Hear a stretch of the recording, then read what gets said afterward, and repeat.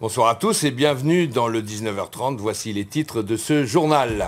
La crise Covid, la reprise et puis la hausse des prix et l'inflation. L'économie calédonienne a été malmenée en 2022 et cela continue avec les intempéries.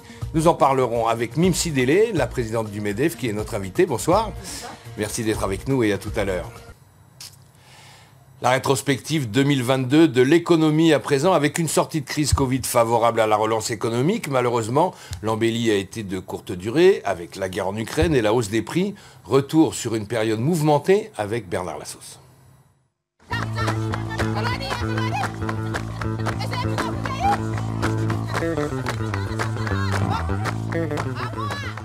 Sortie de Covid, réouverture des frontières, cours du nickel élevé.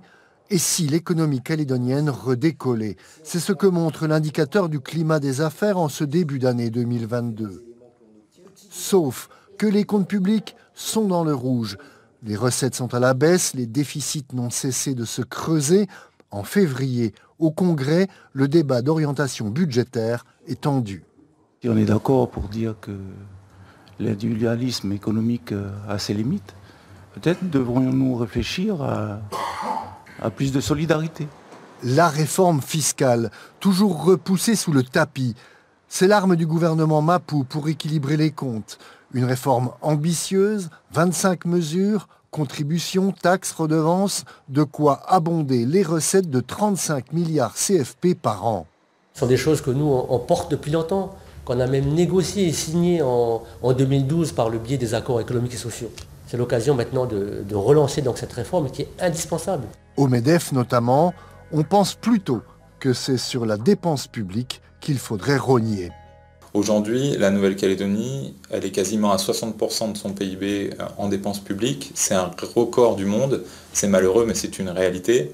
Et ce niveau est tel qu'il est aujourd'hui capable de dissuader toute initiative économique. Fin mars arrive le vote du budget primitif, marqué par la rigueur, à l'image du budget de répartition revu à la baisse.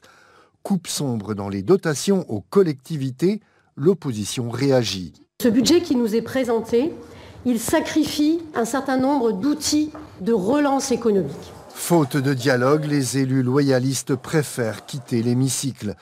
Dans la rue, les Calédoniens transporteurs en tête manifestent leur mécontentement devant la flambée des prix. La conjoncture internationale nous rattrape par le biais des hausses successives du prix des carburants et de l'électricité notamment, mais pas seulement. La guerre en Ukraine participe aussi de l'inflation et provoque des pénuries. L'Ukraine et la Russie étant des gros producteurs agroalimentaires, il y a pas mal de produits qui ont subi ces conséquences et des cours mondiaux qui s'envolent. En réaction, le gouvernement décide d'encadrer les prix de 60 produits dits de première nécessité, une mesure appréciée par les Calédoniens, mais qui s'avère sans effet. Face aux caprices de la météo et de la Niña, les nombreux épisodes pluvieux sont autant de catastrophes pour les agriculteurs. Quand on voit ce qui reste, dans 15 jours, on va avoir un champ de feuilles mortes. On ne pourra rien sortir de ces champs-là et c'est un désastre. Faute de récolte, ce sont aussi 400 emplois saisonniers qui ont disparu cette année. Sur les étals, fruits et légumes frais sont devenus rares et surtout plus chers. Mim Sidélé, merci d'être avec nous pour prolonger ce reportage. Alors, à peine sortie de la crise Covid, la Calédonie, elle a cru qu'elle allait rebondir. Finalement, elle n'en a pas eu le temps, contrairement à certains autres pays. Et on s'est retrouvé avec une hausse des prix, une inflation. Donc, c'est une année un peu différente des autres, mais c'est quand même une année pas vraiment intéressante en termes de résultats. Non, c'est une année qui est compliquée parce que, à l'instar de beaucoup d'autres pays, on a été effectivement frappé par l'inflation après le Covid. Mais là où beaucoup de pays au niveau mondial ont connu un rebond, la Nouvelle-Calédonie en 2022 n'a pas connu ce rebond puisqu'on est encore sur une trajectoire décroissante de notre économie. Donc c'est pour nous le principal souci, mais on espère connaître ce rebond en 2023. Bon, ce rebond, on l'espère bien sûr. Comment est-ce que ça se mesure hein, quand il y a des difficultés comme ça, l'impact des désagréments d'une crise Covid ou d'autres éléments? Comment est-ce qu'on voit que les entreprises, ça va un peu moins bien? Quel est le baromètre? Le baromètre, il est déjà sur la population. On a connu une perte sur la population qui se traduit en perte de consommation pour nos marchés, donc en perte de PIB pour la Nouvelle-Calédonie et de ressources fiscales.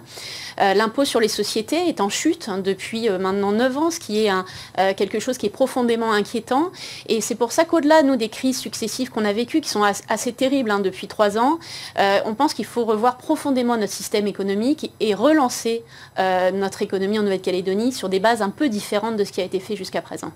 Donc vous dites une réforme de la fiscalité, pourquoi pas, en tout cas pas tout à fait la même que celle que le gouvernement actuel propose, et ça a été dit dans le reportage aussi, ce serait bien de commencer par essayer d'abaisser un petit peu les dépenses publiques. C'est ce discours-là que vous tenez, mais pas seulement. Non, pas seulement. Oui, la dépense publique est un vrai sujet, on le dit depuis longtemps, mais aujourd'hui, ce qu'on pense en priorité, c'est qu'il faut trouver les ressorts de la relance de la consommation intérieure.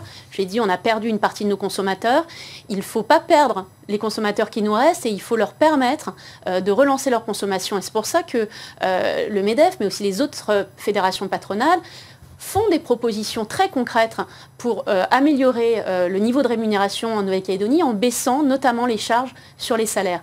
Et cette discussion, elle est ouverte avec le gouvernement de la Nouvelle-Calédonie et toutes les parties prenantes. Et je pense que nous finirons par trouver un compromis sur des mesures qui sont dans l'intérêt économique de la Nouvelle-Calédonie.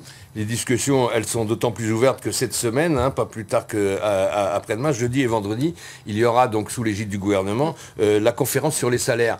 Ça, c'est un moment important dans l'économie du pays, ce rendez-vous qui permet de dialoguer, de parler des salaires, mais pas seulement. Ça veut dire que le dialogue avec les politiques, il faut qu'il soit toujours entretenu et c'est une des occasions. Le dialogue entre partenaires sociaux et politiques, il est fondamental et nous sommes très heureux de l'organisation de cette conférence des salaires parce que déjà on va pouvoir partager des chiffres, on va pouvoir partager des études d'impact, on va pouvoir débattre des propositions de réforme qui sont sur la table, toutes, pas uniquement la nôtre, mais d'autres propositions qui ont été faites.